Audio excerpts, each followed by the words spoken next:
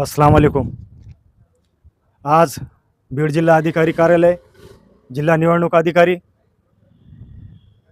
तहसीलदार आणि S-D-M office या चारी कार्यालयामध्ये मौलाना आझाद सामाजिक फाउंडेशनच्या वतीने निवेदन देण्यात आलेले आहे आणि या निवेदनाद्वारे अशी मागणी करण्यात आलेली आहे की लोकसभा असेल, विधानसभा असेल किंवा नगरपालिकेची निवडणूक असेल, या तिन्ही निवडणुकीमध्ये ज्या लोकांनी मतदान केलेलं आहे त्या लोकांचे नाव आज मॅपिंग करत असताना किंवा SIRमध्ये नाव लावत असताना त्यांचे नाव येतं यादीमध्ये दिसत नाही।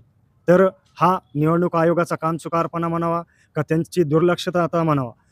अनेक लोक इथं आज परेशान झालेले आहेत, आज इथं वन भटकत आहेत।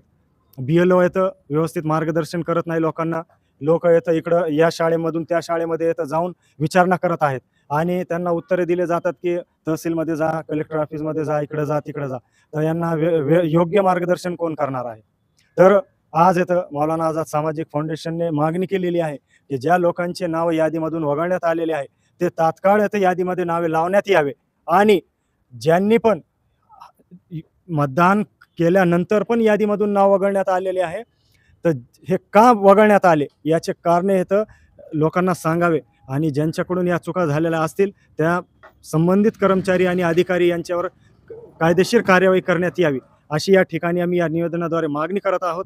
आणि लवकरात लवकर ज्या लोकांची याद्यामधून नाव वगळण्यात आलेले आहे त्यांचे नाव यादीमध्ये लावून त्यांची मॅपिंग आणि SIR प्रक्रिया पूर्ण करण्यात यावी अशी या ठिकाणी मौलाना आझाद सामाजिक फाउंडेशनच्या वतीने मागणी करण्यात येत आहे। जय हिंद, जय महाराष्ट्र।